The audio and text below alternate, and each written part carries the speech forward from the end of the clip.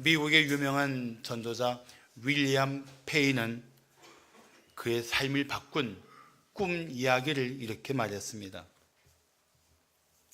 어느 날 나는 꿈을 꾸었다. 물에 빠진 여자가 허우적거리며 필사적으로 어린 딸의 머리를 물 위로 밀어 올리고 있었다. 옆에 있던 남자는 물속으로 가라앉고 있었다. 남자는 물살을 헤치고 수면 위로 올라오려고 발버둥쳤다. 머리를 수면 위로 내밀고 숨을 쉬려고 필사적으로 애썼지만 계속 아래로 가라앉는 사람들로 온 사방이 가득 찼다. 그들의 비명은 거센 파도 소리에 묻혀버렸다. 그들의 외침은 바람 소리에 묻혀 아무 소용이 없었다. 그 순간 거대한 바위가 나타났고 어둠 속에서 한 음성이 들렸다. 사람들은 바위 위로 기어올라 죽음을 피할 수 있었다. 그런데 죽음에서 벗어난 사람들은 내가 이해할 수 없는 일을 했다. 물속에서 빠져나온 사람들은 바빠졌다. 정원을 짓고 집을 꾸미며 음악을 듣고 바다에 빠져 죽어가는 사람들의 이야기를 했다. 그러나 어느 누구도 그곳으로 달려가 도움의 손길을 내밀지 않았다. 나는 그들에게 달려가 외치려고 했다. 당신들이 바다에서 그토록 허우적거리던 그 순간을 어떻게 잊을 수 있단 말이요?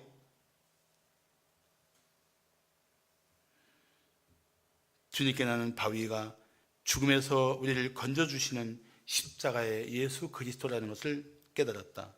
그리고 어둠 속에서 들리는 음성은 예수님께서 자기에게 오라고 부르신 것임을 알았다. 그리고 윌리엄 페이는 이제 사망의 바다에 빠져 순종하는 그들을 위해서 그 침묵을 깨고 복음을 전하기 시작했던 것입니다. 그는 그 침묵을 죄라고 고백했습니다. 진실로 예수님의 은혜를 기뻐하는 성도라면 잠잠할 수가 없습니다. 참으로 하나님의 사랑을 깨달은 성도라면 하나님을 찬양하지 않을 수 없습니다. 그러면 왜 우리는 잠잠할까요? 세 가지 이유가 있다고 생각합니다. 첫째는 진정한 구원의 확신이 없거나 구원을 받았는데도 불구하고 영적인 침체에 빠져 있거나 아니면 이웃에게 무관심하기 때문이라고 생각합니다.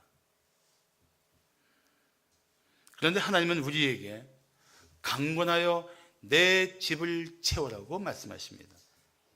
그 말씀에 순종하기 위해 이제 십자가의 예수를 전해야 합니다. 믿지 않는 이웃이 예수 믿고 구원받도록 힘써야 합니다. 신앙생활에서 결코 놓칠 수 없는 기쁨이 있다면 그것은 전도를 통해서 한 영혼이 돌아와 구원받는 것을 보는 기쁨입니다. 자, 그럼 우리가 왜 주님의 집을 채우기 위해 힘써야 할까요? 첫째, 많은 사람이 세상의 삶에 빠져 있기 때문입니다.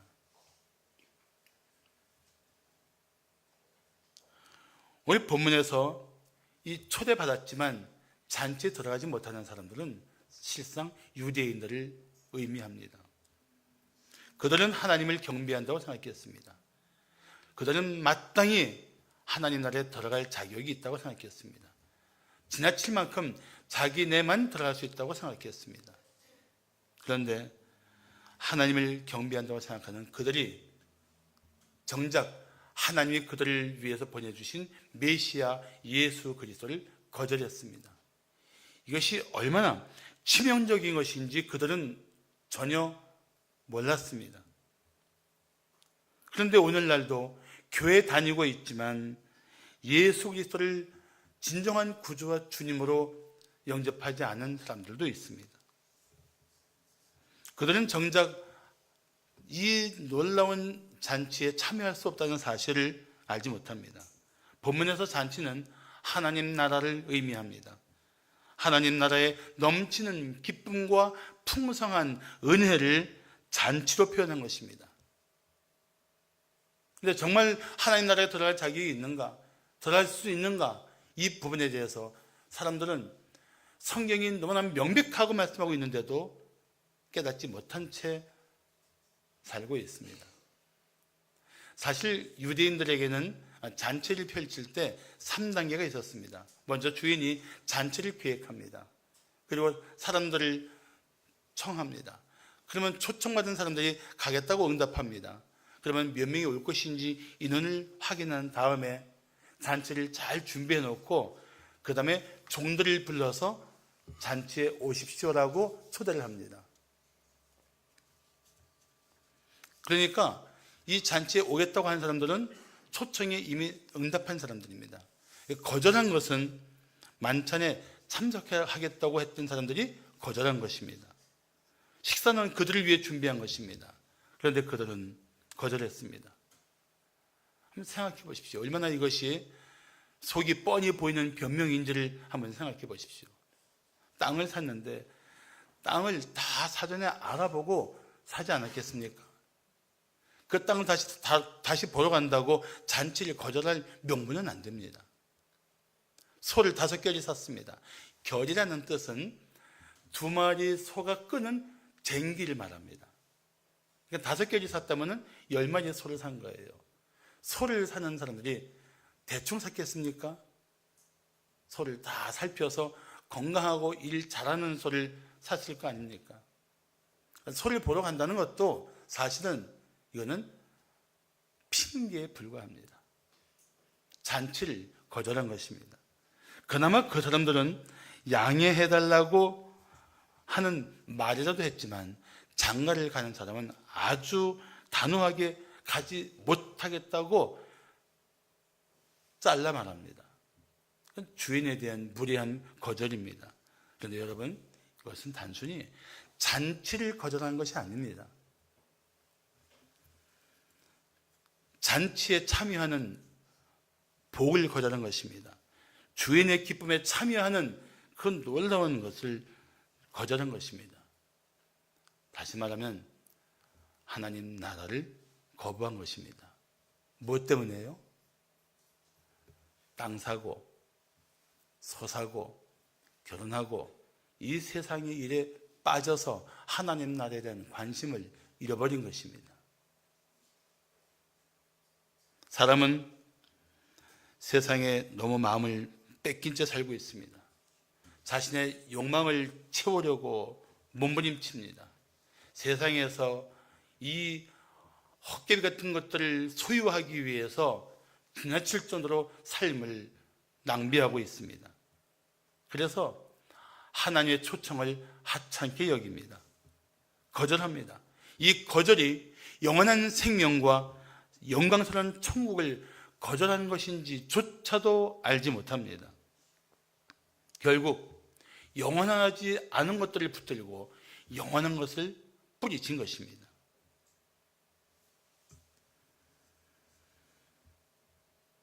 그렇게 이 세상의 일에 빠져 사는 사람들에게 이 세상이 전부가 아니라고, 이 세상에서 최선을 다해 살아야 할 이유가 있지만 영원한 나라를 소망하고 살아야 된다고 전해야 할 의무가 믿는 그리스도인들에게 있는 거예요.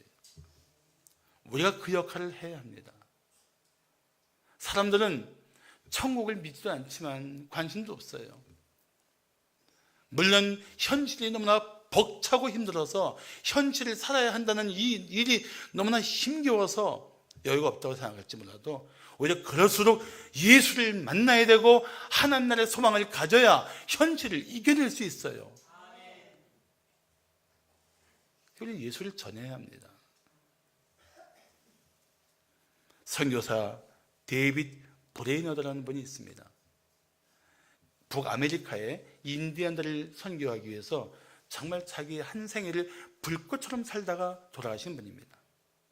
그분의 글에 이 데이빗 브레이너드의 일기라는 유명한 책이 있는데 거기 이런 글이 있습니다. 헛된 세상아, 잘 가거라. 나의 영혼은 너를 작별하노라. 주님은 날 가르치시길 널 버리라 하신다. 네 매력은 정욕을 만족해 하나 하나님이 설계하신 영혼을 기쁘게 못하는구나. 나를 미혹하지 말라. 나의 영혼을 부르지 말라. 이제는 은혜로 말미암아 하나님이 나의 전부라고 결정했다. 하나님이 나로 하여금 하늘 영광을 보게 하시는 동안 내 아름다움은 쓰러지고 내 마음에는 내가 있을 자리가 없어졌다. 와, 얼마나 당당한 고백입니까?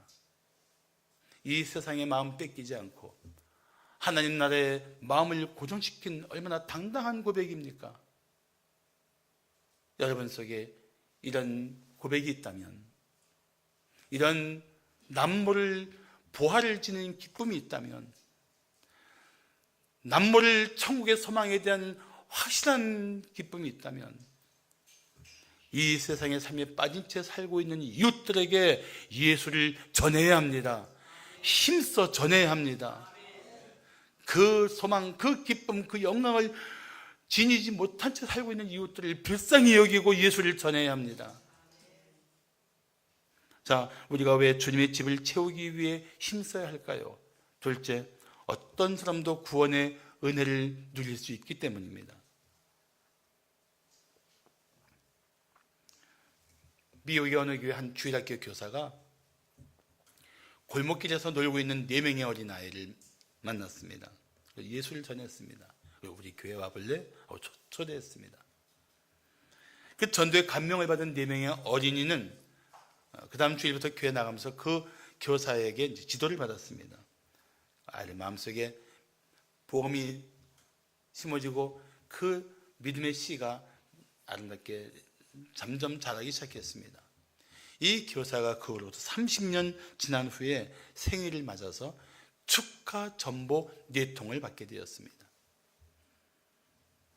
그 4통의 전보는 과거에 골목길에서 만나서 전도해서 예수를 믿도록 가르쳐준 그 소년들이었어요.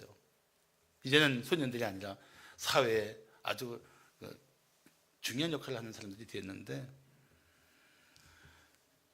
발신자는 놀랍게도 이런 사람들이었습니다. 한 명은 중국 선교사였습니다. 한 명은 미 연방 정부은행 총재였습니다. 한 명은 미국 대통령의 비서관이었습니다. 한 명은 그 당시 미국 대통령인 허버트 클라크 후보였습니다. 후보 대통령. 원래 이분이 교사를 하고 싶은데 목사님이 당신 교사하려면 나가서 전도회에서 애를 모아서 가르치시오.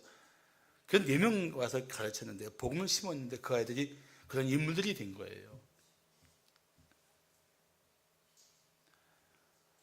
내가 전도한 한 명의 생애 속에 그 전도의 열매가 어떤 것인지는 하나님의 계획 가운데 있습니다.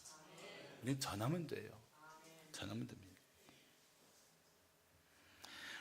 자, 오늘 본문을 다시 보시면 잔치에 초청받은 사람들이 한결같이 거절했습니다. 성경은 다 일치하여 어떻게 이렇게 한 사람도 빠짐없이 못 가겠다고 거절할 수 있습니까?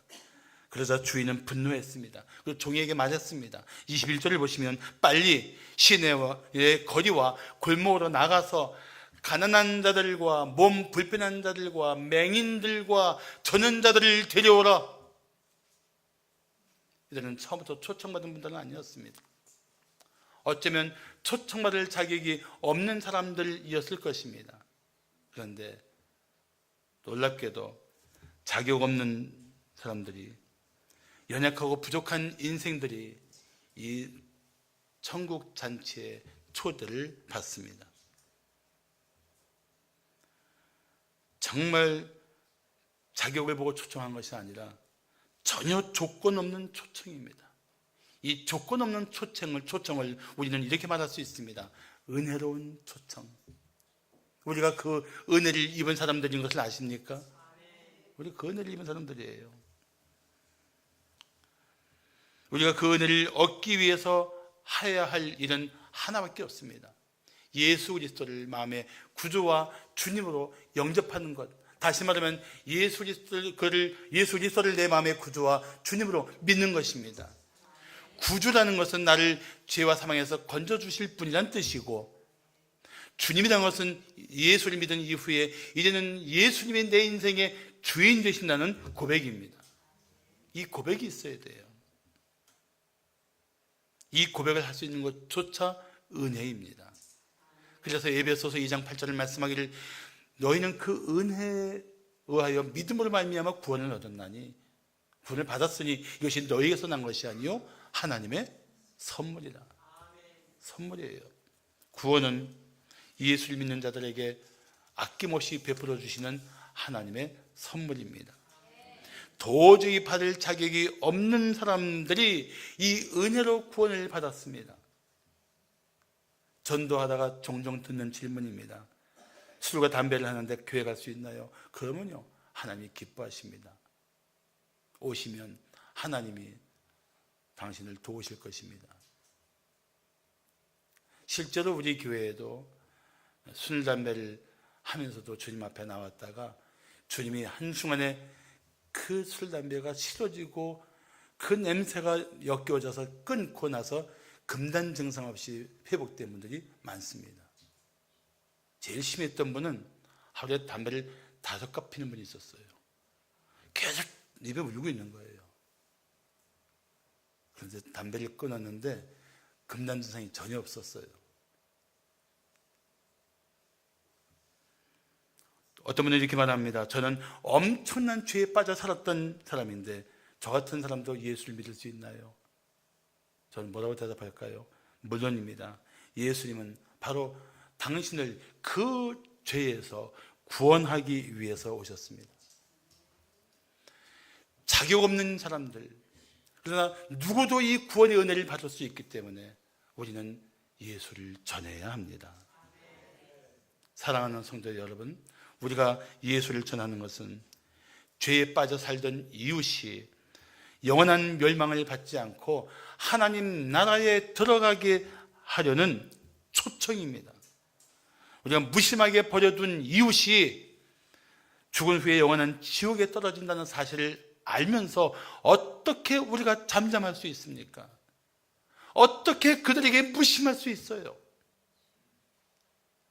정말 예수의 생명이 내 안에서 펄떡펄떡 살아있다면 어떻게 죽어가는 영혼들을 향해서 우리가 못 본 척할 수 있습니까?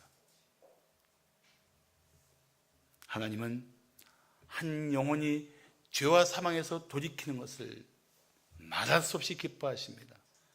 그래서 누가복음 15장 10절에 말씀하기를 내가 너희에게 이르노니 이와 같이 죄인 한 사람이 회개하면 하나님의 사자들 앞에 기쁨이 된다고 말씀하고 있습니다. 이웃에게 예수를 전하면, 이웃에게 교회로 초청해서 그분이 예수 믿고 변화되는 모습을 보면 여러분 속에는 하나님의 그 기쁨이 충만하게 될 것입니다.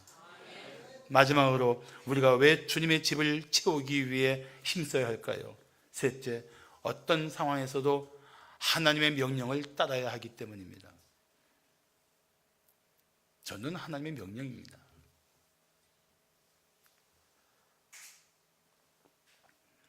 믿지 않는 남편을 둔 어느 여집사님이 정말 전도를 열심히 하는 거예요. 전도하려고 애쓰는 그 아내를 보다 못한 남편이 이렇게 말하더랍니다. 차라리 날 전도해라, 날.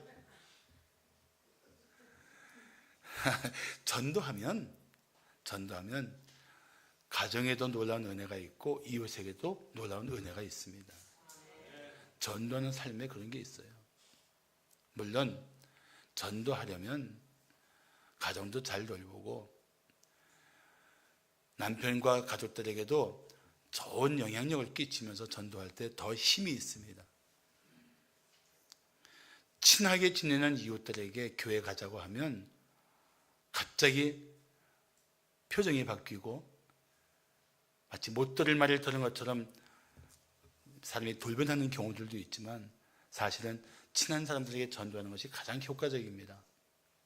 프리세트 성경연구원에서 조사한 결과 노방 전도를 통해서 예수를 믿은 사람은 100명 중에 몇 명이었을까요? 2명이었다고 합니다. 또 축구 전도는 집마다 찾아다녀서 전도하는 건데, 축구 전도나 이 조직적인 전도를 통해서 예수를 믿은 사람은 100명 중에 6명이었다고 합니다. 또 이웃의 그 어려움을 돌봐드리고 이렇게 서로 마음에 빚을 지는 관계로 교회 나와서 예수 믿게 된 사람들도 100명 중에 6명이었다고 합니다. 자, 그러면 친구나 친척, 직장 동료나 주위의 친분 관계를 통해서 예수를 믿은 사람은 100명 중 몇 명일까요? 대략. 틀려도 좋아요. 점심 먹는데 전혀 지장 없습니다. 50명, 20명, 50명, 20명 합하면 거기다 16명을 더하면 86명. 예수 믿는 사람들 중에 쉽게 말하면 앞에 16을 빼면 이게 나와요. 근데 중요한 건 뭐냐면 86명이라는 숫자가 뭘 말하면 100명 중에 86명은 10중 8구라는 얘기예요. 10중 8구. 쉽게 말하면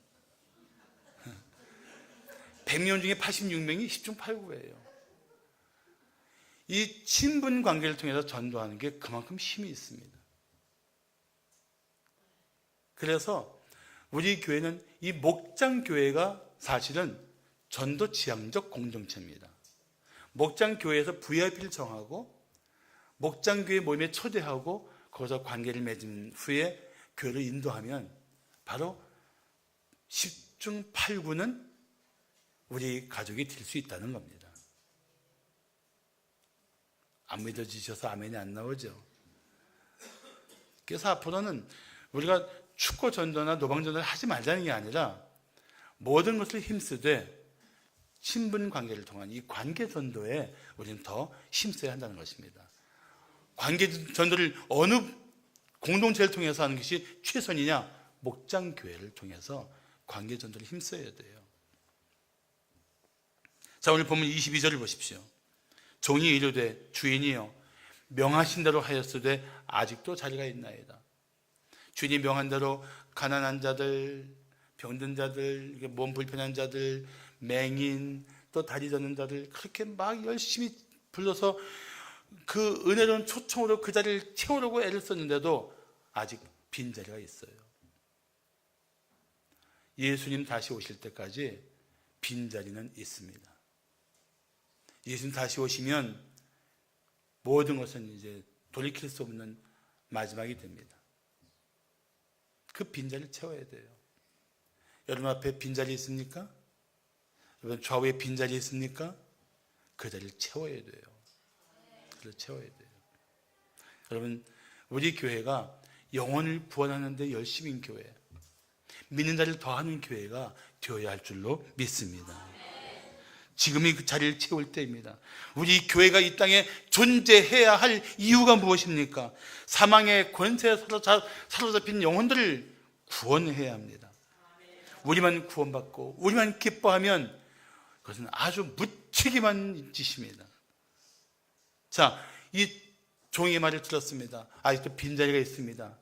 주인이 뭐라고 말합니까? 23절을 다 함께 봉독하겠습니다. 시작. 주인이 종에게 이르되 길과 산 울타리로 나가서 사람을 강권하여 데려다가 내 집을 채워라. 아멘. 주인은 그거예요. 내 집을 채워라. 강권해서도 내 집을 채워라. 이 강권하다는 말을 잘 이해를 해야 되는데, 이 강권하다의 원어인 헬라어 아난카소는 강제로 멱살을 잡고 끌어다가 앉혀 놓으라는 그런 걸 말하는 게 절대 아닙니다. 이 단어를 더 이해하기 위해서는 이 강권하여라는 단어와 똑같은 단어를 쓴 고린도 전서 9장 16절을 한번 보시면 좋습니다. 자, 고린도 전서 16절에서 바울은 이렇게 말합니다. 내가 복음을 전할지라도 자랑할 것이 없음은 내가 부득불 할 일임이라. 만일 복음을 전하지 아니하면 내게 화가 있을 것이니라. 여기에 강권하다와 똑같은 단어가 있어요. 뭘까요? 세 글자인데 부로 시작해요. 부득불. 구족불. 반드시 해야 된다는 그런 강렬한 열망을 말합니다. 그래서 이 강건하다는 단어는 우격다짐을 하라는 것이 아닙니다. 강력하게 권면해서 데려오라는 것입니다. 그런데 적당히 권하고 마는 것이 아닙니다. 하다가 당신은 아니라고 포기하는 것도 아닙니다. 이것은 반드시 초청에 응할 때까지 간절하게 지속적으로 권하고 또 권하는 걸 말하는 것입니다. 그게 강권하는 거예요. 그래서 마침내 나를 향한 그 간절함이 우리 이웃에게 전달이 되고 나를 위한 그 헌신적인 수고가 감동이 돼서 교회를 나오게 하는, 이게 강권하다는 겁니다. 그것이 바로 하나님의 열심을 드러내는 것입니다. 그래서 고린도 후서 11장 2절을 보시면 내가 하나님의 열심으로 너희를 위하여 열심을 내노니 내가 너희를 정결한 처녀로 한 남편인 그리스도께 드리려고 준비함이로다. 하나님의 열심으로 열심을 내는 것, 이것을 다른 말로 하면 강건하여 이웃들을 예수님께 인도해 오는 것을 말하는 것입니다. 사랑하는 성도 여러분, 하나님께서 강건하여 주님의 집을 채우라고 하십니다. 명령하셨습니다. 그렇다면 이 존귀하신 분의 명령 앞에 우리가 해야 할 반응은 무엇입니까? 그 말씀대로 하는 것입니다. 그렇게 순종하는 당신을 통해서 하나님은 한 영혼 한 영혼을 구원하실 것입니다. 그리고 그렇게 영혼을 구원하는 교회로서 믿는 자들이 함께 하나님의 은혜 안에서, 하나님의 그 놀라우신 계획 안에서 함께 연합할 수 있는 역사들이 일어날 것입니다. 디모데후서 4장 2절 말씀하기를 너는 말씀을 전파하라. 때를 어떤지 항상 힘쓰라 라고 말씀하십니다. 생각해 보십시오. 우리 이웃들은 죄에 빠져 살고 있습니다. 삶은 갈수록 지쳐가고 있습니다. 그들이 겨우 붙들고 있는 소망조차 신락 같습니다. 조금만 더 깊이 들어가면 상처 투성이의 가슴을 끌어안고 있습니다. 슬픔도 많고 고통도 큽니다. 남 모르는 곳에서 신음하고 있습니다. 깨어진 가정, 깨어진 인간관계, 경제적으로 위협받고 있는 상황들 하나하나 살펴보면 도저히 눈물 없이 이웃들을 바라볼 수 없는 것이 우리들 삶의 현장이 그렇습니다. 주님은 그들을 보시며 가슴 아파하십니다.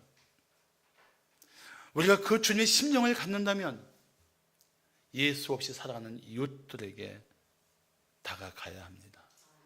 예수를 전해야 합니다. 그 고통스러운 삶을 이길 수 있는 힘이 하나님께 있기 때문에 그렇습니다. 그 소망 없는 삶에서 다시 벌떡 일어날 수 있는 힘이 예수 안에 있기 때문에 그렇습니다. 그 너덜너덜해진 찢긴 가슴을 위로할 수 있는 힘이 성령님께 있기 때문에 그렇습니다.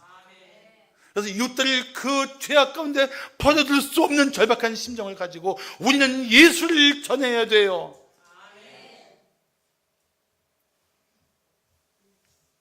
그래야 우리 이웃들이 죄에서 벗어나서 새 삶의 기쁨과 감동을 누리게 될 것입니다. 오늘 17절에서 모든 것이 다 준비되었다고 말합니다.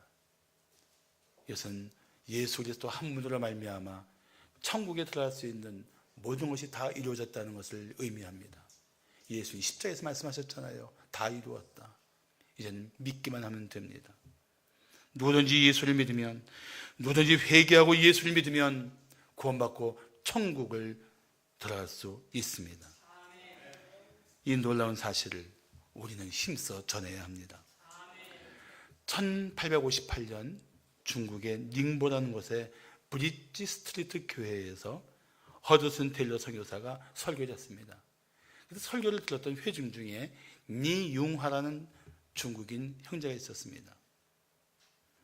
그는 진리를 추구하는 개혁파 불교 종단의 리더였습니다. 그런데 설교가 끝나자 그는 감동을 이기지 못하고 자리에서 벌떡 일어나서 이렇게 말했습니다. 저는 지금까지 제 아버지와 함께 오랫동안 진리를 추구했습니다. 진리를 찾기 위해 인근 각천은 물론이고 아주 먼 곳까지 돌아다니며 진리를 구했지만 결국 발견하지 못했습니다.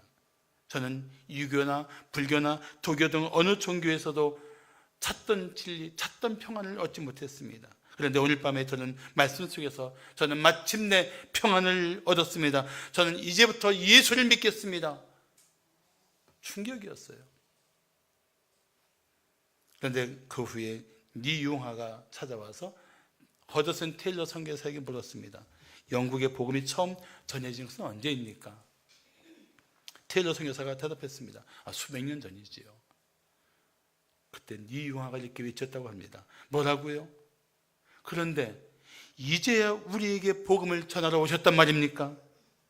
제 아버님은 20년 이상 진리를 찾아 헤매다가 돌아가셨는데 왜 좀 더 빨리 오지 않으셨습니까? 그런데 이 한마디가 허드슨 테일러 선교사에게 큰 충격이었습니다. 왜 좀 더 빨리 오시지 않았습니까? 왜 좀 더 빨리 오지 않으셨어요? 우리 이웃들은 방황하고 있습니다. 평안을 찾아서, 그 삶을 이겨낼 수 있는 은혜를 찾아서, 이 곤고한 인생의 짐을 벗어버릴 수 있는 자유를 찾아서 방황하고 있단 말이죠. 인생들의 모든 방황의 해답은 오직 한 분, 예수 그리스도 안에 있습니다. 예수를 전해야 돼요. 왜 빨리 오지 않으셨어요? 왜 좀 더 빨리 오지 않으셨어요? 이 말을 듣기 전에 찾아가십시오. 이번 한 주간 동안 그런 이웃들을 만나십시오. 예수를 전하십시오. 하나님께서 당신에게 성령의 지혜와 권능으로 함께 하실 것입니다. 기도하겠습니다.